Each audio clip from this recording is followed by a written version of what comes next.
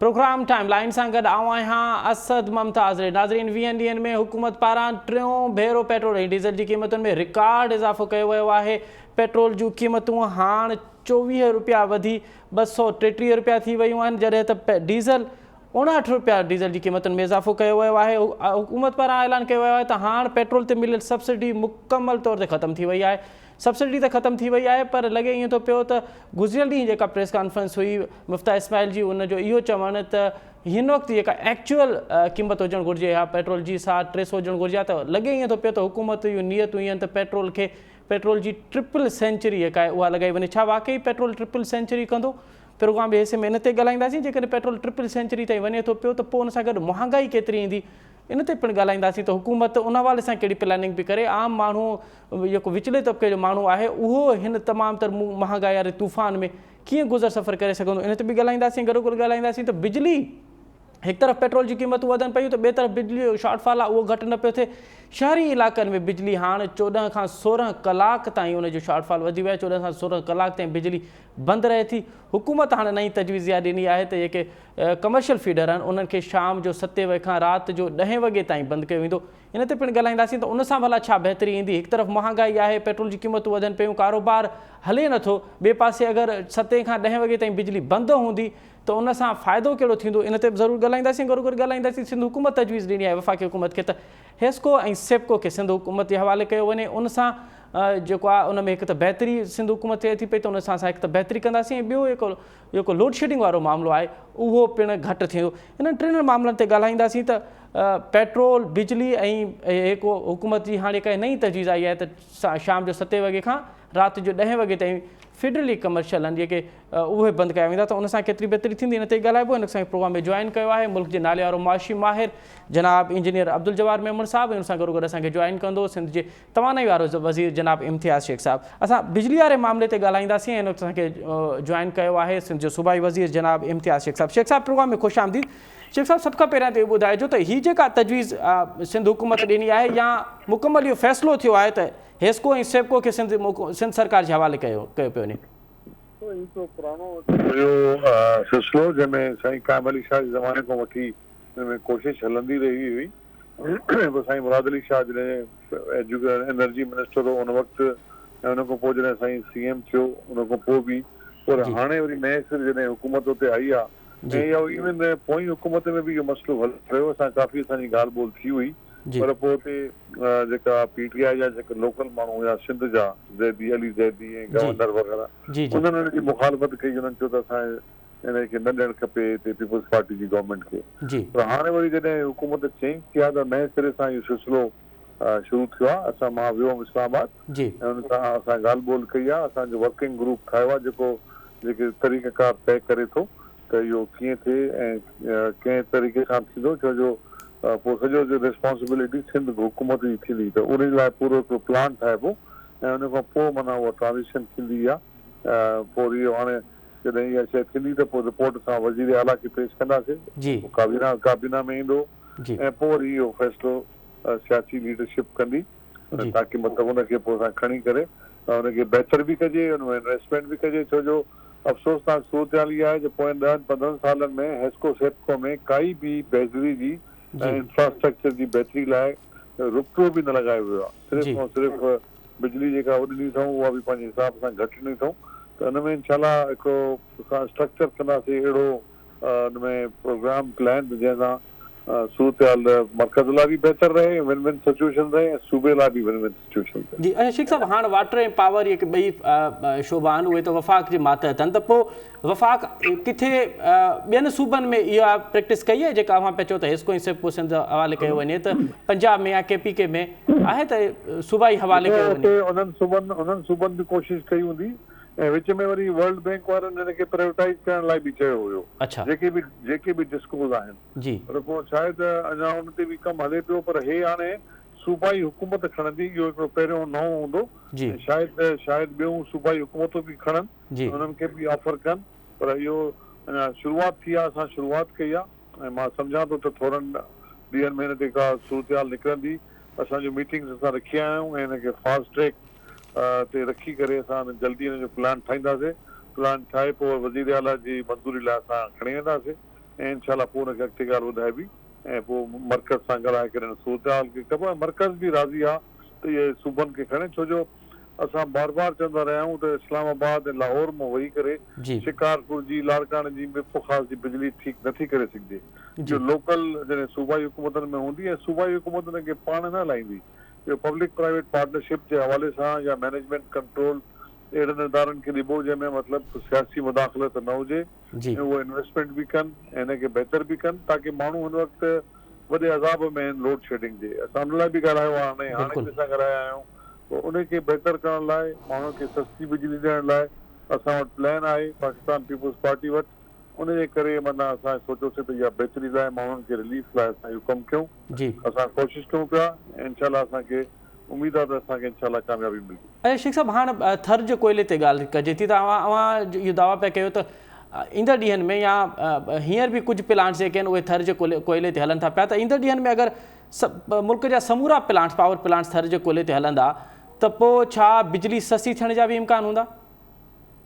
ॾिसो कई साल अॻु में जॾहिं फर्स्ट विज़िट ते बेनज़ीर शहीद वई हुई थर ॾे जी उते उहो चई आई हुई त थर बदिलेगा पाकिस्तान जी अॼु उहो टाइम अची वियो आहे ऐं हुनजी विच में मुखालफ़त कंदियूं रहियूं फेडरल गवर्नमेंटूं थर जे कोयले ते एतबार न हो पर जॾहिं वरी पाकिस्तान पीपुल्स पार्टी हिन ते कमु शुरू कयो जी ऐं हुन खां पोइ जॾहिं इहो थर जो कोयलो जेको आहे बिजली पैदा करणु लॻो जी ऐं 660 मेगावाट जो प्लांट जेको हले थो हिन वक़्तु जी एंग्रो वारनि जो जी उन खां पोइ साबित थियो त इहो कोयलो जेको आहे बिजली पैदा करे सघे थो जी उन खां पोइ हुते ॿिया प्लांट लॻण लॻा शिंगाई इलेक्ट्रिक अची वियो जी हफ़्तो जा 660 मेगावाट तयारी में आहे ऐं इनशाला चंद महीननि खां पोइ हुनजी हुनजो COD थी वेंदी उन खां पोइ हाणे मतिलबु हुननि खे इहो लॻो आहे त जॾहिं डॉलर बि असां वटि कोन्हनि जॾहिं असां तेल बि महांगो आहे असां लोकल असां वटि सोर्स आहे ऐं सस्तो आहे सोर्स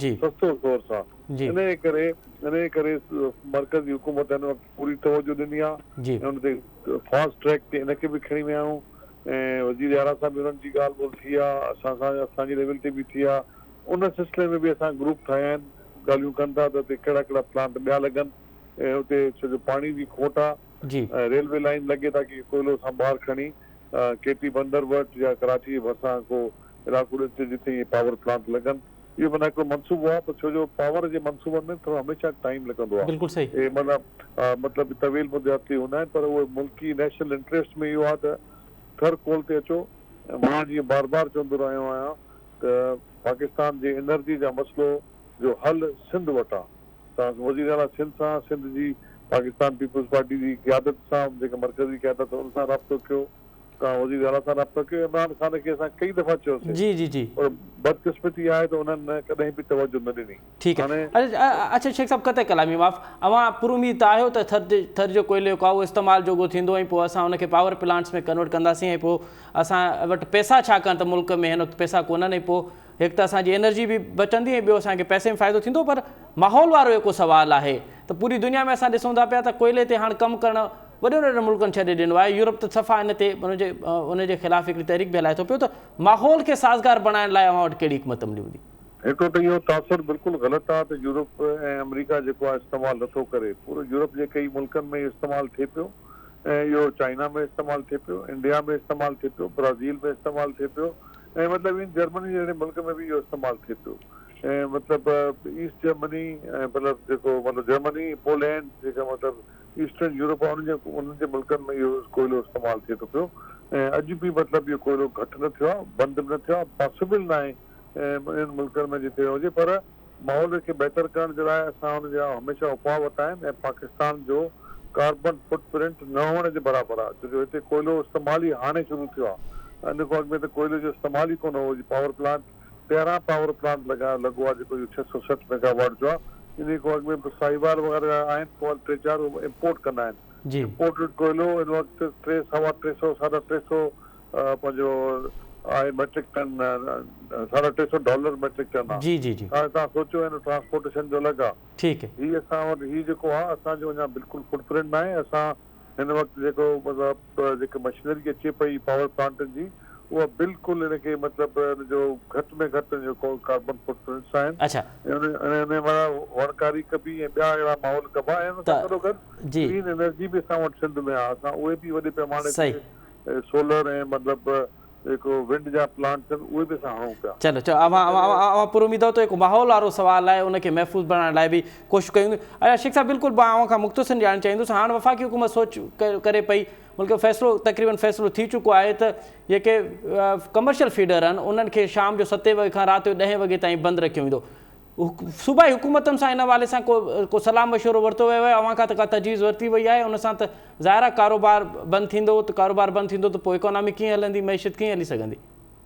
ॾिसो हिन वक़्तु बिजली जो वॾो बहिरान आहे, एनर्जी जो बहिरान आहे, ॿाहिरों तेल जा पैसा घटि आहिनि, न हुअण जे बराबरि आहिनि ऐं मतिलबु तेल एतिरो महांगो थी वियो आहे, आर एल एन जी एतिरी महांगी थी वई आहे त हीअ जेके जंहिं असांखे बिजली सेव करणी आहे ताकी असांखे मतिलबु इकोनॉमी खे ई बहितर बणाइण जे लाइ करण लाइ कयो वियो आहे ऐं इहा बिजली टेम्पररी इक़दामात आहिनि। अञा ताईं इहो जेको फीडर बंदि करण वारो आहे अञा असां वटि सूबाई हुकूमत सां जेतिरे क़दुरु मुंहिंजे नोटिस में आहे, एनर्जी डिपार्टमेंट सां का सलाह मशवरो न कई वियो आहे, पर गवर्नमेंट सां का कंहिं लेवल ते थी हुजे त मूंखे हुनजी ख़बर न आहे, पर असांजे डिपार्टमेंट जे हद ताईं अञा मुशावर तव्हांखे हिन फ़ैसिले ते को एतिराज़ बि कोन्हे? ॾिसो हाणे अगरि हिकिड़ो फ़ैसिलो थींदो सोचे सम्झी फेडरल गवर्नमेंट कंदी ऐं सूबा हुन सां गॾु आहिनि जेके सूबा कोलिशन गवर्नमेंट आहे त असां गॾिजी फ़ैसिलो कंदासीं ऐं मतिलबु अॻु में बि हिन मामले में जॾहिं हुकूमत आई आहे कोलिशन गॾिजी फ़ैसिला थिया आहिनि, गॾिजी फ़ैसिला कंदासीं, जेको बि मुल्क जे मफ़ाद में हूंदो लाइ हूंदो उन में गॾिजी फ़ैसिला कंदासीं। ठीकु आहे साईं इंजीनियर अब्दुल जब्बार मेमण साहब, अवां इम्तियाज़ शेख साहब जी ॾाढी तफ़सीली ॻाल्हि ॿुधी जेको बिजली जे हवाले सां हुन जो चवणु आहे त थर कोयले ते वञनि पिया ऐं पावर प्लांट्स जेके आहिनि उहे कोयले ते कन्वर्ट कनि पिया। हीअ हिकु पेट्रोल वारो मामिलो आहे, टियों भेरो हुकूमत पेट्रोल वधायो आहे ऐं 233 रुपए ते हाणे पेट्रोल पहुची वियो आहे। गुज़िरियल राति मुफ्ता इस्माइल साहब जॾहिं प्रेस कॉन्फ्रेंस पियो करे त उनजो चवणो त अगरि इमरान ख़ान जी हुकूमत हुजे हा त हिन वक़्तु 300 रुपया पेट्रोल जी क़ीमत हुजे हा। छा सब्सिडी त ख़तमु कई वई आहे? छा अव्हांखे लॻे थो पियो त हाणे पेट्रोल जी क़ीमतूं फ्रीज़ थी वेंदियूं या अञा पेट्रोल जी क़ीमतूं वधंदियूं? ॾिसो हुननि कल्ह जेका प्रेस कॉन्फ्रेंस में जॾहिं क़ीमतूं वधायूं वयूं जी त इहा ॻाल्हि बि बरजाई वई त अञा बि जेको आहे सो हिन ते 17% GST ऐं 30 रुपया जेका लेवी आहे उहा अञा बि न विधी वई आहे। इहा इन करे विझण जी ज़रूरत पवंदी छाकाणि त बजट में इहा हिकिड़ी कलेक्शन ॾेखारी वई आहे।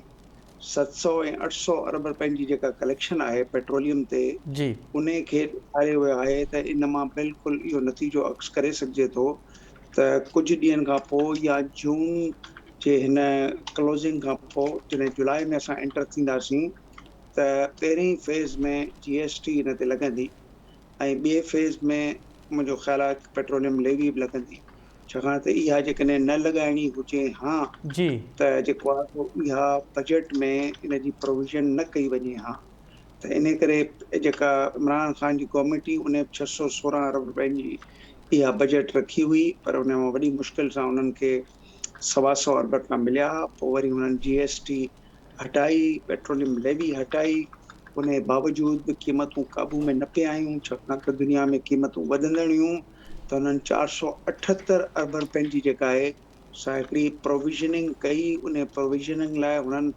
मुख़्तलिफ़ हंधा पैसा जेके आहिनि से इकट्ठा करे इन खे प्रोविजनिंग कयो। 200 अरब रुपया हुननि पब्लिक सेक्टर डेवलपमेंट प्रोग्राम मां घटि कया। डिविडेंड्स जेके मुख़्तलिफ़ असांजे वॾियुनि कारपोरेशननि में जेके पैसा आहिनि जिन वटि डिविडेंड्स आहिनि उन्हनि खां जेके आहिनि से 200 खनि अरब रुपया उतां हुननि कढिया हुआ ऐं 312 अरब रुपया जेको टैक्स में वाधारो आयो हो उन दौरान उहो जेको आहे सो हुननि उन खे उन सां क्लब कयो। Total calculation. अच्छा इंजीनियर साहब अगर अवां चओ पिया त हिन में अञा GST लॻंदी ऐं 30 रुपया जेके आहिनि उहे लेवीज़ जा लॻंदा, 30 रुपया लेवीज़ जा लॻंदा त मतिलबु हिन वक़्तु 33 रुपया क़ीमत 233 आहे, मतिलबु इहो 263 ते वञी पहुचंदो त GST अवां चओ पिया त 17% लॻंदो। बिल्कुलु 17% लॻंदो। मुफ्ता इस्माइल जेको ॿुधाए वेठो अंग अखर जेको हुन जे दिमाग़ में आहे ऐं ज़बान ते बचे थो त 300 रुपया त मुंहिंजो ख़्यालु आहे उन बारे में ऑलरेडी हुन जेको आहे सो इहो काथो लॻायो वेठो आहे ऐं जेको आहे सो 300 रुपया जेके आहिनि से जुलाई में यानी जेकॾहिं जुलाई में इन बजट खे हलाइण लाइ, छाकाणि त बजट जो हींअर रिव्यू वियो आहे IMF वटि। जी IMF जेकॾहिं इन बजट खे रिव्यू करे जी ऐं इन GST ऐं ॿिन्हिनि शयुनि खे जेकॾहिं ओके करे छॾियो जी त मुंहिंजे पंहिंजे ख़्याल में पोइ जुलाई खां इन में 17% GST फौरी लॻंदो ऐं लेवी बि ईंदी, छाकाणि त इहो बजट जे शुरूआती 3 महीननि में कंहिं बि तरीक़े सां IMF जी मंज़ूरी खां सवाइ जेसिताईं रिव्यू न थिए ॿियो तेसिताईं जेको आहे सो इन लेवीअ खे ऐं GST खे न घटायो वञी सघिजंदो, न उन में का फेरफार कई वेंदी। ठीक है, तव्हां चओ पिया त IMF जेको आहे रिव्यू पियो करे, असांजी जेका बजट पेश कई वई आहे उनखे रिव्यू इन करे पिया ऐं पोइ फ़ैसिलो थींदो। अच्छा इंजीनियर साहब, हीअ को हाणे डेडलॉक शुरू थियो त असांखे त इहो तासुर ॾिनो वियो वफ़ाक़ी हुकूमत ॼण IMF सां हुन जूं ॻाल्हियूं मुकमल थी चुकियूं आहिनि, हू पैसा वठण वारा आहिनि, अचानक ई डेडलॉक कीअं थी वियो IMF ऐं वफ़ाक़ी हुकूमत में? को डेडलॉक कोन्हे, एक्चुअली छा आहे जो IMF जेका आहे सा हिन वक़्तु मुंहिंजे पंहिंजे ख़्याल में जेका मां एज़ अ पंहिंजी हिकिड़ी राय ॾींदुसि जंहिंमें थोरो इहा इकोनॉमिक्स नंबरनि खे मां ॾिठो आहे त हिन वक़्तु 1000 अरब रुपया जेके आहिनि से डेफिसिट में हिन हुकूमत वधाए छॾिया आहिनि। थोरो गौर सां ॿुधो त इमरान ख़ान जी हुकूमत में 9 महीननि में बजट जो जेको खसारो हो उहो हो 4% जी ऐं उन 4% में जेकॾहिं तमामु घणी फेरफार अचे हा 9 महीननि जी डिवाइडेड बाय 3 उहो तव्हांजो जेको आहे सो तक़रीबन सम्झो त 1.5 पौणा 2 थिया, माना असां बजट खसारे ते अची पहुचूं हा 6.8 6.5। हिन वक़्तु बजट खसारो जेको आहे सो 8.6 आहे, जेको पाण मुफ़्ते चयो आहे। हिन स्टेटमेंट ऑफ अकाउंट्स में बजट जो खसारो वञी ईंदो 8.6। हिननि छा कयो आहे जो बजट खसारे में हिकिड़ो टी बिल्स वरिता विया, ॿिया इजारा ऐं ॿिया सुकूक बॉन्ड्स वग़ैरह, जिन खे मुंहिंजो ख़्यालु आहे 90% मुंहिंजो पंहिंजो ज़ाती ख़्यालु आहे इन खे सर्कुलर डेट में 1000 अरब रुपया लाहींदा। अच्छा, छाकाणि त सर्कुलर डेट जेको आहे सो 2500 अरब आहे, जंहिं ते का ऑडिट कोन थी आहे। पहिरें जॾहिं डार इहे 480 ॾिना त ऑडिटर जनरल ऑफ पाकिस्तान उन जे ख़िलाफ़ रिपोर्ट ॾिनी हुई त बग़ैर कंहिं ऑडिट जे, ऐं मां बि as a expert in political economy of energy इहो चवंदुसि त बग़ैर कंहिं ऑडिट जे त इहे 2500 अरब आहिनि, 2000 अरब आहिनि, 1800 अरब रुपया आहिनि। इहे केतिरा आहिनि उन जो जेसिताईं टेक्निकल ऑडिट न थींदो, तमामु पावर स्टेशंस IPPs जेके आहिनि उन्हनि जो रेट ऑडिट न थींदो, उन्हनि जी एफिशिएंसी डिटरमिन न थींदी, त सर्कुलर डेट जी इहा रक़म जेका आहे सा मुतख़िस न थी सघंदी। पर ही हिक ई लॉट में लॻे थो 1000 बिलियन जेको आहे ॾियण वारा अथव। तव्हां ॾिसजो, शायदि मुंहिंजो ख़्यालु आहे ॿी तकरीर असां इहा ई ॿुधंदासीं त इन खे खसारे खे जॾहिं वधायो वियो आहे पाकिस्तान पंहिंजे पाण खे आईंदा थोरो हिन हुकूमत जेका आहे सा पाण खे रिलैक्स रखियो आहे त असां हिननि जे ई खाते में हिकिड़ो खसारो ॾेखारियूं वॾो ऐं नेक्स्ट ईयर थोरो घटि उन ते रहूं, पर उन जे बावजूद बि जेको खसारो ॾेखारियूं वेठा। ठीक है खसारे में इंजीनियर साहब इन ते तफ़सीली ॻाल्हायूं था पिया त उहो खसारो हिननि वधायो आहे, उहो वधायो छो आहे ऐं ॿियो ईंदड़ ॾींहंनि में हीअ जेको सब्सिडी ख़तमु थी वई आहे, पेट्रोल जूं क़ीमतूं त वधायूं आहिनि, छा डॉलर जी जेका उॾाम आहे, डॉलर जी जेका परवाज़ आहे उन में घटि थियण जा के इम्कान आहिनि या जेसिताईं IMF जी किस्त नथी मिले डॉलर अञा परवाज़ कंदो? इन ते तफ़सीली ॻाल्हाईंदासीं, पर सर हिते बार बार इशारो थो थिए त साई वठणी आहे, साई था वठूं ऐं साई खां पोइ वरी प्रोग्राम में ॿीहर हाज़िर थींदासीं। नज़ीर प्रोग्राम हिकु दफ़ो ॿीहर मूंखे भलीकार वक़फ़े में असां ॻाल्हाए रहियासीं त पेट्रोल टियों भेरो यानी 20 ॾींहंनि में हुकूमत टियों भेरो उन में रिकॉर्ड इज़ाफ़ो कयो आहे। 233 रुपया हिन जी एक्चुअल हाणे प्राइज़ आहे पाकिस्तान में। असांजा जेके माहिर आहिनि, मुआशी माहिर जनाब इंजीनियर अब्दुल जब्बार मेमण साहब, उनजो चवणु आहे त ईंदड़ ॾींहंनि में अञा हुकूमत इन ते टैक्स GST 17% GST हणण वारी आहे ऐं पोइ लेवीज़ लॻंदी त पोइ इन जी क़ीमत लॻभॻि 300 लॻभॻि थींदी। ॿियो त मुफ्ता इस्माइल साहब गुज़िरियल ॾींहुं जॾहिं पंहिंजी प्रेस कॉन्फ्रेंस में इहो ज़िक्र कयो त हिन वक़्तु जेको एक्चुअल इमरान ख़ान जी अगरि हुकूमत हुजे हा त 300 रुपये थो हुजणु घुरिजे। दर हक़ीक़त इंजीनियर अब्दुल जब्बार मेमण साहब जो चवणु आहे त इहो 300 जो खाको पहिरियां ठाहे चुको आहे, जेको जुलाई जे आख़िर ताईं उनखे इन ते इम्प्लीमेंट करिणो आहे या इहा रक़म लागू करणी आहे। त जेसिताईं इहा रक़म लागू थींदी त उन सां महांगाई केतिरी वधंदी, इन ते ॻाल्हायूं था प्रोग्राम जे हिन हिसे में। गॾो गॾु डॉलर जी जेका परवाज़ आहे उहा हेठि छो नथी लहे, इन ते बि ॻाल्हायूं था। साईं इंजीनियर अब्दुल जब्बार मेमण साहब, पहिरियां त इहो ॿुधाइजो, जॾहिं असां 300 जी ॻाल्हि कयूं था पिया त पेट्रोल जी क़ीमत 300 थियण वारी आहे, त पोइ उन सां महांगाई केतिरा % वधंदी? हिन वक़्तु त ॿुधायो थो वञे त 14 खां 14-15 सैकड़ो आहे, 300 ताईं पहुचण में केतिरी थींदी? 15% त तव्हांजो हिन वक़्तु जेको आहे सो CPI क्रॉस करण जी कोशिशि करे वेठो। हाणे जी। जेको आहे सो हिननि एस्टिमेट ॿुधायो 12, उहो त नामुमकिन ॻाल्हियूं पिया था असां कयूं ॻाल्हायूं, छाकाणि त 15% उन सूरत हाल में आहे जॾहिं हिन जो अञा जी सर। स्पिल ओवर, हाणे हिन जो इफेक्ट ईंदो स्पिल ओवर। हाणे उन स्पिल ओवर इफेक्ट में जॾहिं CPI तव्हांजी इन रेट ते टच कई आहे ऐं 13 जेको आहे सो 25 तव्हांजो डिस्काउंट आहे, त कन्वेंशनली पाकिस्तान जेको आहे सो इहा वरी ग़लती वरी बि कंदो, त वरी जेको आहे सो इंटरेस्ट रेट जैकअप कंदो। तव्हां जॾहिं इंटरेस्ट रेट जैकअप थी करे 15% खां मथे वेंदा, छो जो सेकेंडरी मार्केट बॉन्डनि जी मार्केट 15% क्रॉस पई थी करे, जी। माना गवर्नमेंट खे जेको आहे सो स्टेट बैंक खे 16% ताईं पंहिंजो मार्कअप वधाइणो पवंदो। जॾहिं तव्हां 16% मार्कअप ते था अचो, तव्हां ऑयल जी क़ीमतूं जेके आहिनि सो वधाए वेठा। 1 जुलाई खां तव्हां जेको आहे सो गैस में बि 44-45% जो वाधारे जो तव्हां ऐलान करे चुका आहियो।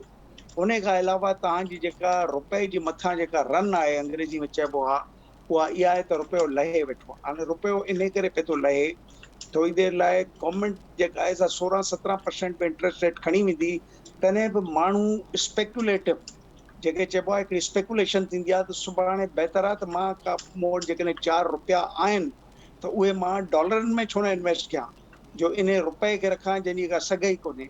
ॾिसो तुर्कीअ में 73% इन्फ्लेशन अथव, पर तुर्कीअ में जेको इंटरेस्ट रेट आहे उहो आहे 14%, छाकाणि त हू उन जे बावजूद बि इन लीरा जी जेका कमज़ोरी खे महसूसु कंदे नेगेटिव इंटरेस्ट ज़ोन में कमु था कनि। असां वटि हिते इन क़िस्म जूं ॻाल्हियूं इन करे कोन्हनि, छाकाणि त असां IMF प्रोग्राम जो हिकिड़ो हिसो आहियूं, ऐं IMF तव्हांखे कॾहिं बि उन डिसिप्लिन खे तोड़ण जी इजाज़त न ॾींदो जेके उन जूं शर्तो शराइत जो हिकिड़ो हिसो आहिनि।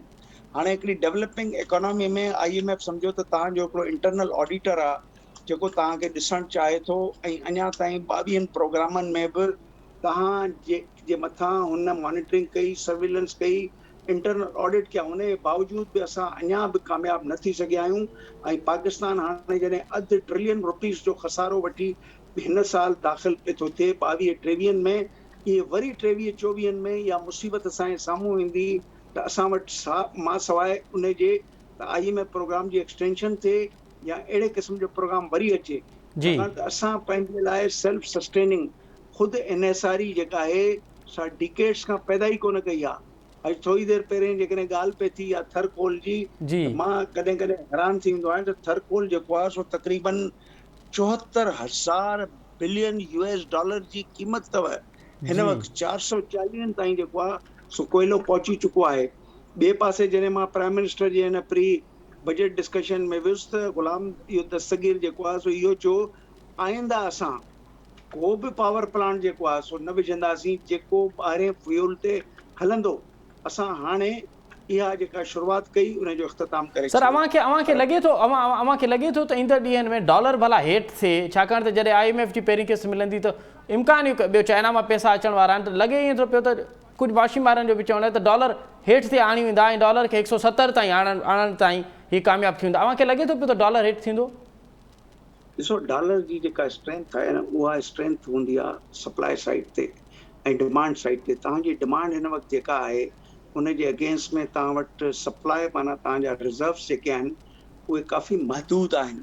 तव्हांजा रिज़र्व्स जॾहिं 6 महीननि जे इक्विवेलेंट तव्हांजी इम्पोर्ट फाइनेंसिंग करण जी क़ाबिलियत रखंदा, जी। त ओॾी महिल जेको आहे सो इहो प्रेशर घटिबो, जी। ऐं जॾहिं उहो प्रेशर घटिबो त रुपी में जेका आहे सा अप्रिशिएशन ज़रूरु थींदी।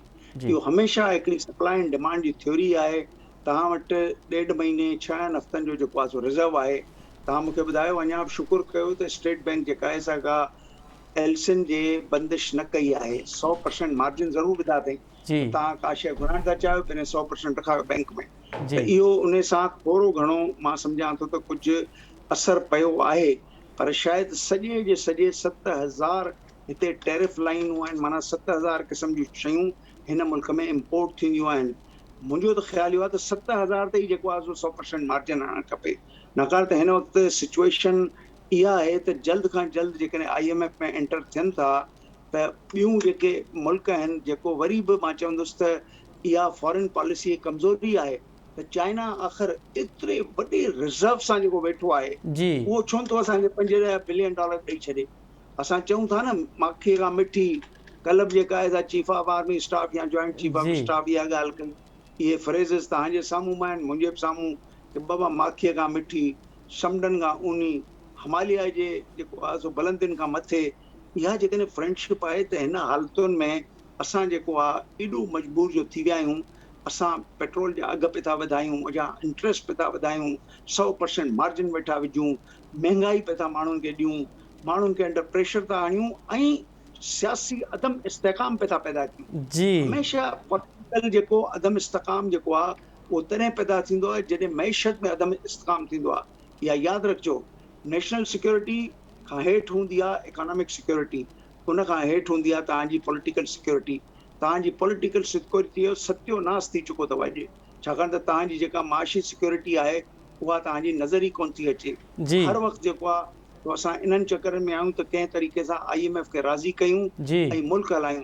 पर जेकॾहिं मुल्क ईअं ई हलंदो, महांगाई जे तूफ़ान सां हलंदो, माण्हुनि जे लाइ जेको आहे सो बेरोज़गारी आणींदो, जी माण्हुनि जे लाइ जेको आहे सो हिकिड़नि वॾनि इंट्रस्ट जेके बि ॾींदा, जिन खे पैसा वठिणा आहिनि उहे कंहिंखां वठंदा आख़िर? जी कंज़्यूमर जेको हूंदो आहे उहो ई पैसा ॾींदो आहे। अल्टीमेट कंज़्यूमर जेको आहे सो हिकिड़ो आम माण्हू आहे जंहिंजी तइदाद असां इंजीनियर अब्दुल जब्बार मेमन साहब अव्हां खे लॻे थो पियो त ही जंहिं पोज़ीशन ते नी पहुता आहिनि IMF खां सवाइ $1 बिलियन जे करे जॾहिं एॾी मेड़मेंट करणी थी पए त पाकिस्तान ईंदड़ ॾींहंनि में या अव्हां खे लॻे थो पियो त near in future IMF programme ॿाहिरि निकिरी सघंदो? ॾिसो, IMF प्रोग्राम 22 प्रोग्राम असां करे चुका आहियूं।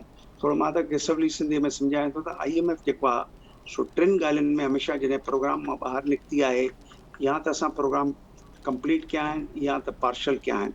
पार्शल इन करे जो हुकूमतूं ओॾी महिल इन खे टर्मिनेट कंदियूं आहिनि, अध ते छॾींदियूं आहिनि, चवंदियूं आहिनि न इहे कंडीशन मां जेको आहे सो माण्हुनि जे लाइ नथो एक्सेप्ट कयां, छाकाणि त IMF जूं कंडीशन तव्हांजूं वॾियूं सिंपल आहिनि। तव्हांजी ऑयल प्राइस वधायो, तव्हांजी गैस प्राइस वधायो, तव्हांजी बिजली जी प्राइस वधायो, अञा त तव्हां थोरनि ॾींहंनि में $4.70 जो हींअर ऐलान थियो आहे फ्यूल एडजस्टमेंट सरचार्जिस में। इहो जॾहिं बिल्कुलु हींअर $125 खे जेकॾहिं मथे वेठो वञे ऑयल, त इहे जेके आहिनि से मां पे हिसाब कयो त ॿिए महीने जूं फ्यूल एडजस्टमेंट चार्जिस तव्हांजूं जेके करंट हूंदियूं $11.30 हूंदियूं। उन खां अलावा हुकूमत जेका आहे $8 बेस लाइन में चेंज करे चुकी आहे। बिजली इस्तेमालु करण वारो मूंखे त ईअं थो लॻे त शायदि उहो पसंदि कंदो त पंखा वेही हणे बजाए जो बिजली इस्तेमालु करे। पाकिस्तान में जेको लाइफ लाइन कंज़्यूमर आहे उन वटि त पैसा ई कोन्हनि बिजलीअ जा पैसा भरण लाइ। बिल्कुलु सही पिया चओ त प्रेशर में आहे। जिन माण्हुनि जी पगार 1.5 लख अथव उन वटि हिन वक़्तु परचेसिंग पावर 75,000 जो रहिजी वियो अथव। तव्हांजो अधु परचेसिंग पावर माण्हुनि जो ख़तम थी चुको आहे। बिल्कुलु सही पिया चओ।